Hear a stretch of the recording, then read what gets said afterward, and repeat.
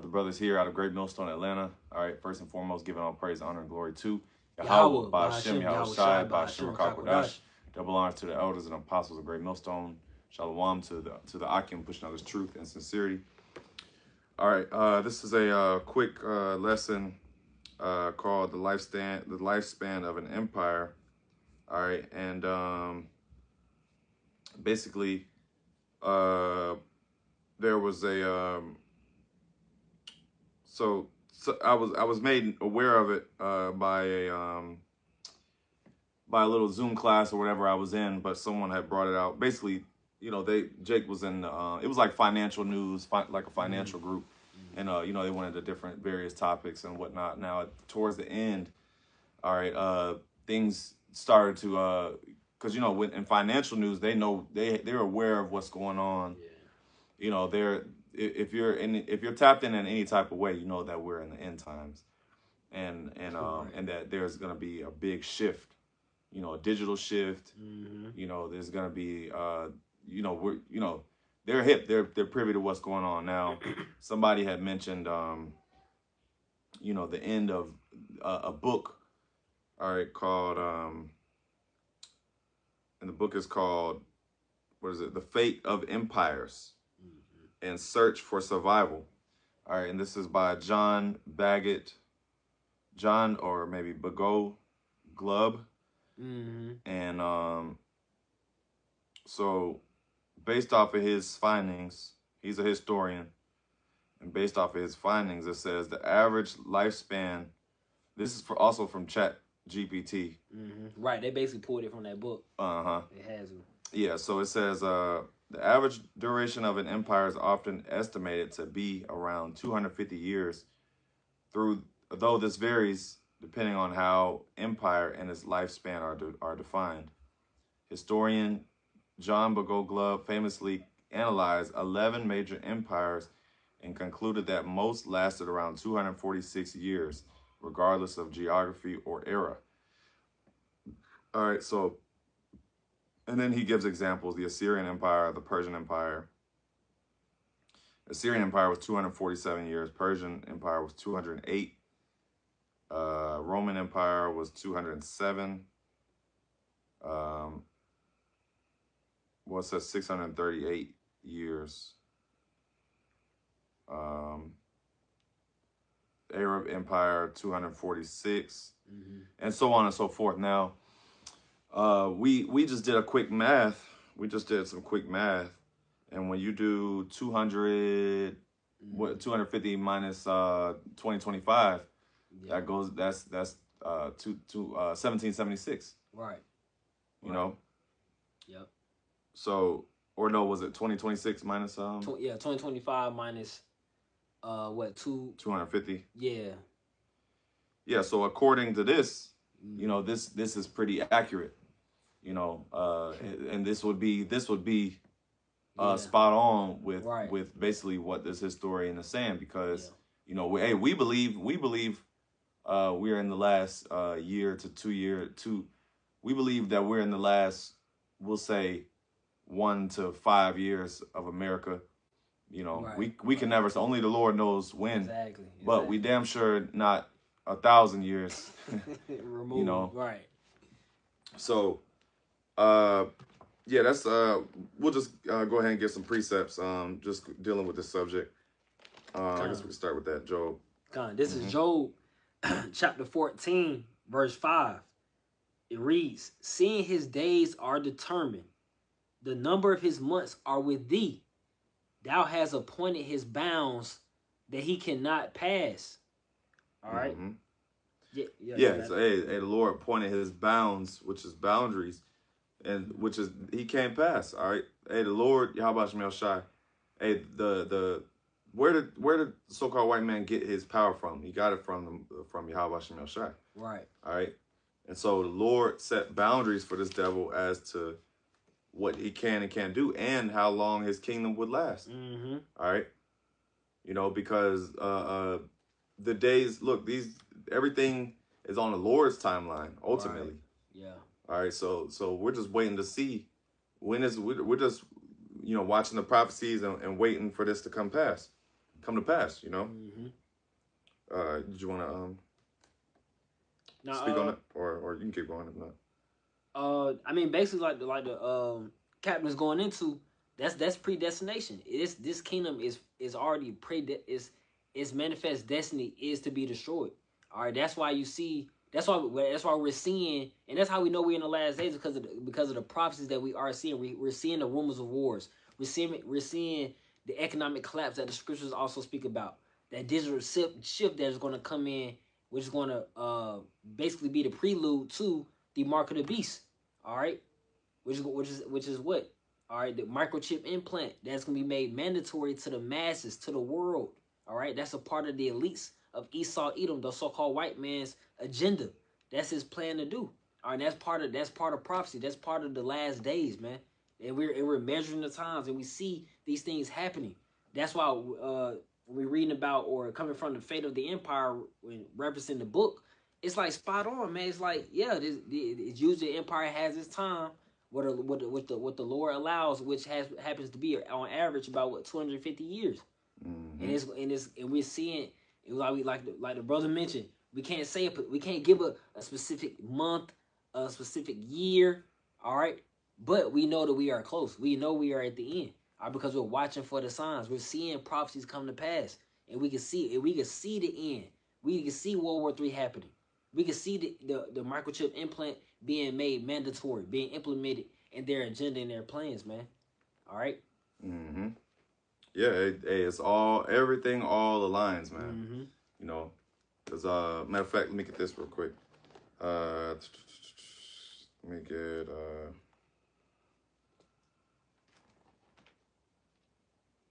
matter of fact, let me get this instead.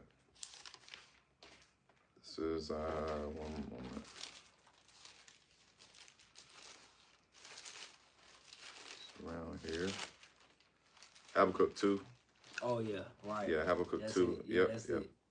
This is Habakkuk 2 and 6. Oh, no, I'm sorry, 3. Wait, this is another one. Don't we tear away stuck for it? together.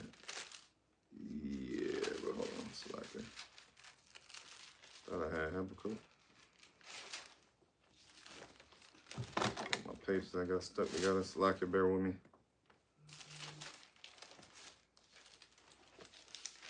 Well, I got it for you. I got it. Yeah, okay. It's Habakkuk chapter 2, verse 3. Well, I started verse 2. Habakkuk chapter 2, verse 2, it reads, And the Lord answered me and said, Write the vision and make it plain upon tables, that he may run that readeth it. Verse 3. Yeah, write the vision and make it plain upon tables. All right, and this is part of making it plain upon tables. All right, a quick Google search of Yeah. what is the average lifespan of a kingdom. All right, because every kingdom has an expiration date. Right. Nothing lasts forever. Nothing is ever permanent. Nothing is ever just, built to last. America wasn't intended to just be the kingdom of all kingdoms, and it's just gonna go on forever. Right. Like the kingdom of the Lord. Yeah. You know. Habakkuk chapter 2, verse 3. For the vision is yet for an appointed time, but at the end it shall speak and not lie. Though it tarry, wait for it, because it will surely come, it would not tarry. Yeah. Hey, so it's gonna come. It's not gonna tarry. All right. But it said, wait for it. Right.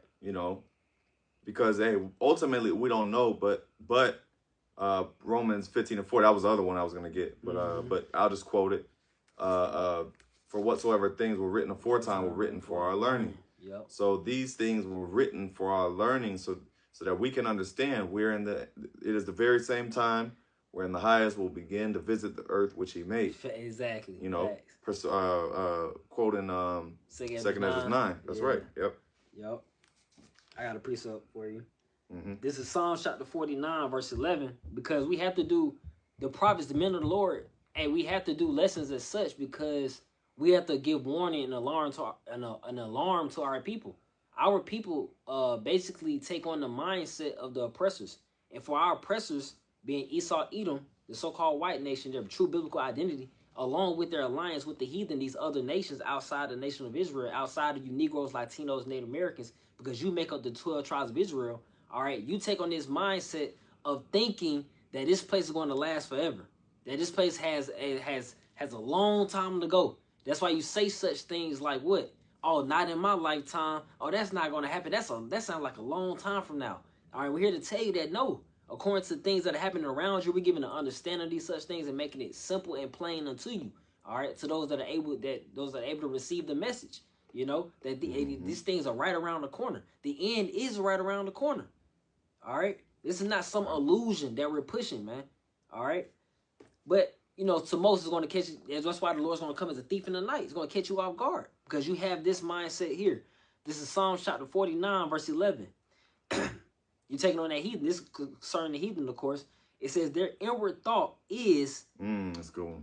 That their houses shall continue forever, and their dwelling places to all generations. They call their lands after their own names, and that's what the oppressor does, man. These such cities, the major cities, the minor cities, it's named after different oppressors, man. All right, all throughout history. But then what their inward thought is that this place is going to last forever. Right. A lot of people have taken on that same mindset. Yeah, that's it. Yeah, they think it's gonna be a continuing city, man. Yeah, it's just gonna keep going on and on, and you know we're gonna be here till 2045, right?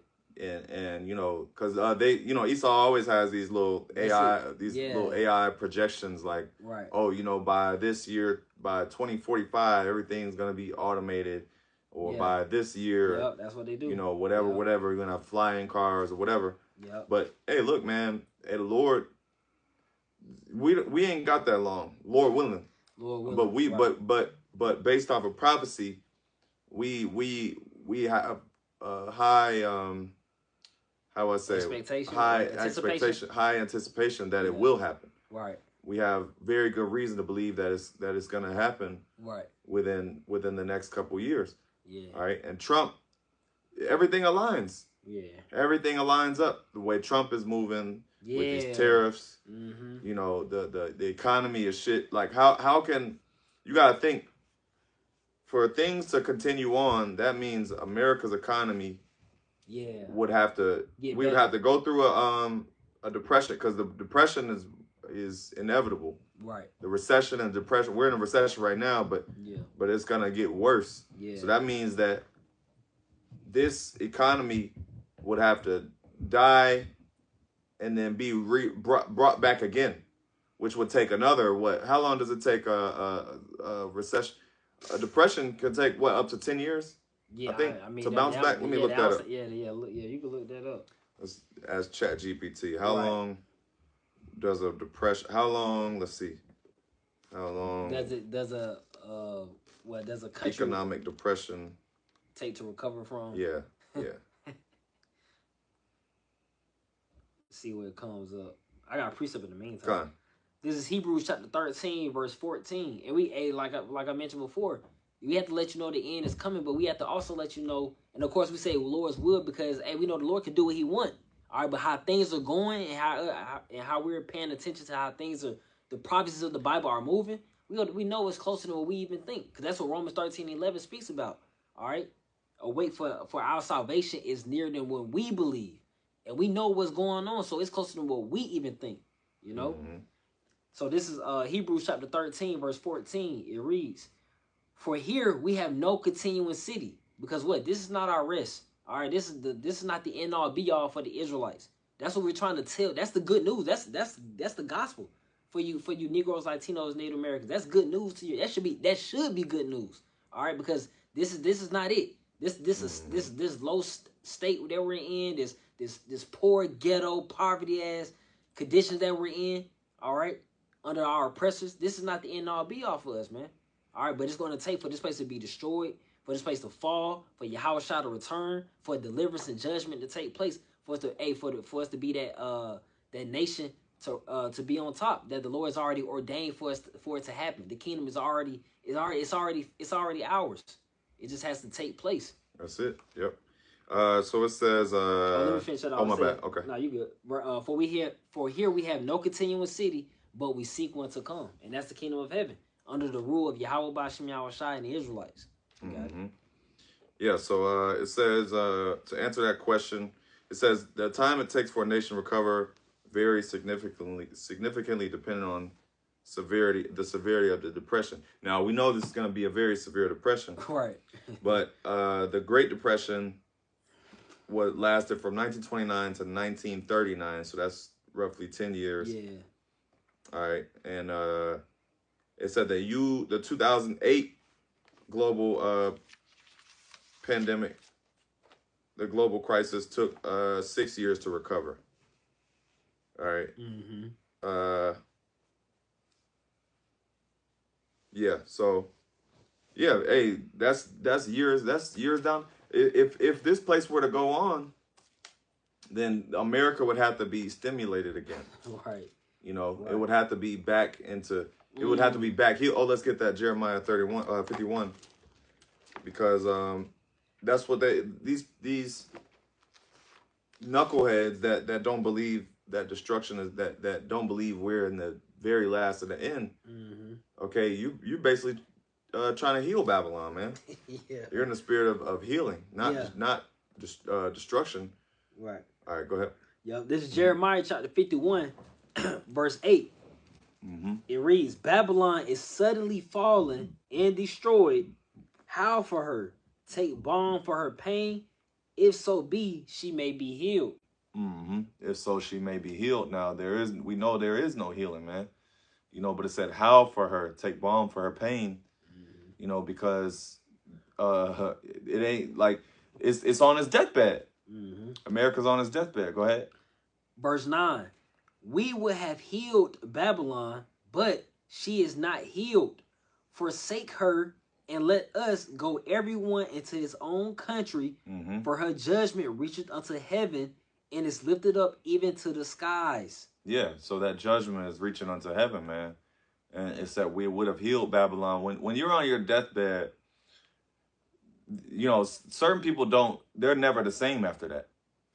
You know, Right. It may not, you know, you may have a heart attack, but then you have lifelong complications. You may bounce back and you know, you could certain things that happen and you may be paralyzed. Yeah. You know, or the doctor may say, well, you got X amount of years to live. You know, but America's at the point where it's a no return. Whatever Trump is trying to do to bring back American business, and you know, stimulate the economy again, it's too little, too late. It's not gonna. It's to no avail. Right. Because look at the amount of debt America's in. Yeah. Over 30, what, yeah, 40 trillion, almost 40 trillion, I think. Yeah, definitely over 30 trillion for sure. Yep. So and you got a lot of countries. Just to answer your point, you got a lot of countries with the de-dollarization. A lot of countries are dropping the U.S. dollar as their top currency. So that's another sign that America's dominance and its influence is falling. That's it. Yep. Got anything? Oh, let me reread that. Okay. I was grabbing. Yeah, I did have something for you because you had when that Jeremiah 51. Because when these different countries are the judgment, this place is gonna be destroyed, man. You won't be able to help. When World War III, when those missiles are shot, it's no turning things back. And like you mentioned, like I thought of Isaiah chapter 13 because you mentioned like this place is on its deathbed. The nations are already pissed off. They have the bad tensions and relationships with the different nations that hate America, which is prophetic. Babylon the Great in the Bible. You know, it's no turning it back. Countries like China, countries like Russia, countries like North Korea, Iran. These countries are ready for war. All right. But it's go back to your point, Isaiah chapter 13, verse 19, because you mentioned that, you know, once you're in your deathbed, it's no going back to being, you know, that prime you again. Nah. Right. Hey, well, America still hasn't been the same since COVID. You know? Right. You got it. This is Isaiah chapter 13, verse 19.